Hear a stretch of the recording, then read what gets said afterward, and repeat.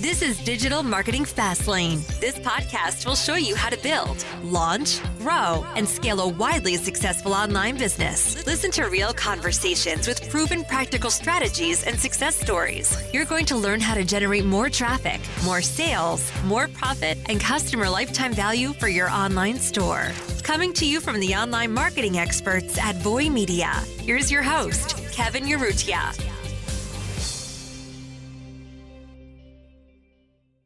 Hey everyone, it's Kevin Urrutia here.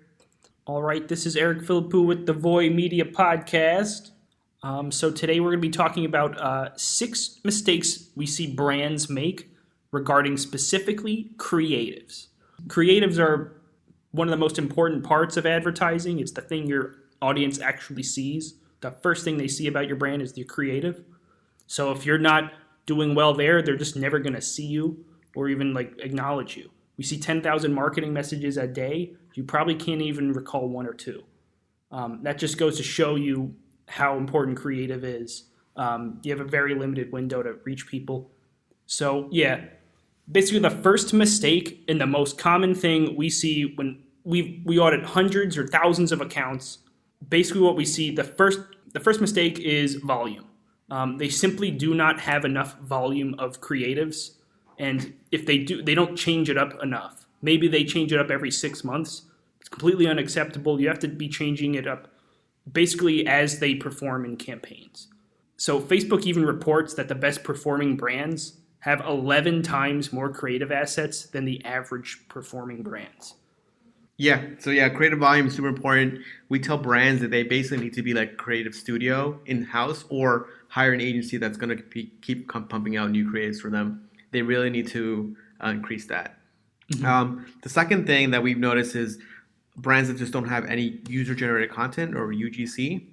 UGC is great because it's free content essentially that you can get from your customers, and then really what you want to do for them is incentivize them with an email funnel, offer a discount in order to get that testimonial. And of course, this helps build credibility and trust, because now customers will know that they're not going to be the first ones buying it, and there's other hundreds of people out there that have been using the products. Another way to get this sort of UGC content is by just creating a Facebook group. A Facebook group is great because it allows you to connect with your customers, but also gives you great content for you to use in your ads and even your product pages. Yeah, that's one. UGC is super important. Like you said, it's free content, which, if you're making your own content, you know how much time and effort and resources can go into it. So that's a huge point that you got to consider. Number 3 is playing it too safe. So with your creatives, you have to stand out, especially in niches where you have a lot of other options, competition. The consumer has a lot of other options. So one way to do this is just to be polarizing. One example I hear is like leggings, for example. There are a lot of stores who want to start selling leggings. It's a saturated market, so it's really hard to break into. But if you take a polarizing angle, like maybe something like plus size or body confidence, polarizing topics related to the niche, people will start listening. Yep, and then another great example is just highlighting in your creatives is highlighting you're not highlighting the correct point. So usually what we see brands are doing is just highlighting the wrong points or the wrong benefits for their customers. As a customer, you want to know what's in it for me. As an audience, when you're looking at, you probably want to know, how does this product or service benefit me? And we're seeing a lot of brands just not describe this correctly. For us, what we'd like to do is highlight the user benefits and highlight what makes that brand unique. And that's sort of what I think a lot of brands should be doing. Many brands just talk about the features, like I said, and they don't really highlight the user benefits. Like this is going to, increase your happiness, increase your health, etc. Stuff like that. That really is what people want to know about now in this day and age. Yeah, and then just the uniqueness. A lot of brands, they talk about the same things the other 10,000 competitors are saying, giving no reason for the audience to choose your brand over the competition. And so that was number 4. Number 5, and this is a huge one, is just their creative testing strategy is just bad. Whether it's non-existent or inconsistent or just plain highly flawed. So real simple test strategy, just basically set a success metric. Let's say ROAS, return on ad spend, of 2. and then set a kill metric. Like, this is a metric where absolutely nothing getting this metric should be allowed to continue, where you would just turn it off the moment you see it after significant data, which we'll go into. So let's say if the success metric is 2, let's say like 1.4 is like an absolute kill metric. You want to leave a little gray area, like the 1.5 to 1.9. You want to leave some gray area just in case there's some interesting circumstances. You want to dive a little deeper into the data. But yeah, basically you set the success metric and you set a kill metric. So then after at least a few $100s of spend, you kill anything below the kill metric. You keep anything at the success metric. And anything in between in that gray area, you kind of keep an eye on or make a call based on the circumstances. You can look at other metrics like the click-through rates and the cost per click, cost per landing page view. These will give you an idea of maybe how it's performing. The add to cart ratio, the add to cart to purchase ratio. Just look at other funnel metrics in general.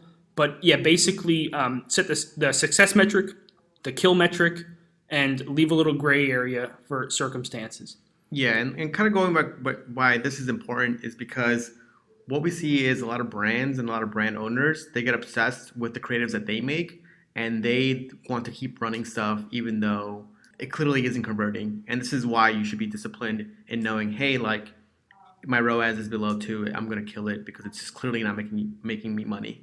And that's something that we see a lot is brands just get obsessed with their images that they make. So this is why it's good to having a partner agency that can help implement the strategy, because for us, it's all about the numbers and metrics and not really about falling in love with that sort of image or video that you've made. Yeah, that's a great point. Yeah, they get very romantic about certain things. That clouds their testing strategy. That's why it's important to set clear metrics of success. So yeah, anything it's just really objective. Just turn things off real fast.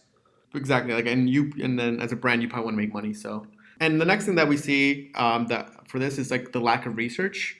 What brands are starting their companies, or even they just don't fully understand who their customer is.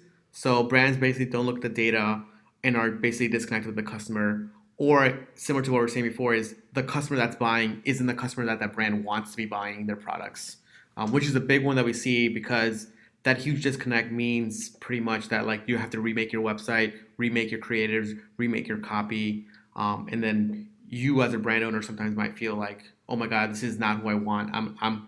I don't want to switch all the stuff that I worked hard for. But sometimes the data shows, for example, we have some brands that we work with where the brand owners want a younger audience, maybe 20 to 35. But from the data that we're seeing from Facebook and using audience insights, we're seeing that it's 50 plus. So what we need to do with that brand is go and just basically do whole new photo shoots of people essentially 50 plus in order to improve that CPA or conversion rate on their website. Another great thing is they just don't do enough research once they kind of know who that customer is.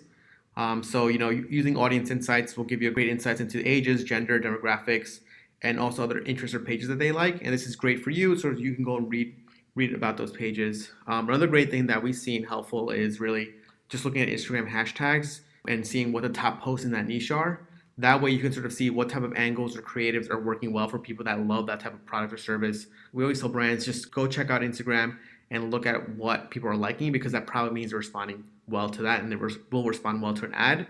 And another great thing about this Instagram hashtag too is you can then, as a side tip, is if you see an account on there that's relevant to your company, you can even contact them and maybe do a partnership or a promotion with them. Another thing too is just many brands are just unsure of their target audience. And that goes back to the point I was saying earlier is, who you want to sell isn't the person that's buying. And, that's sort of why it's a learning process for yourself and for us as well.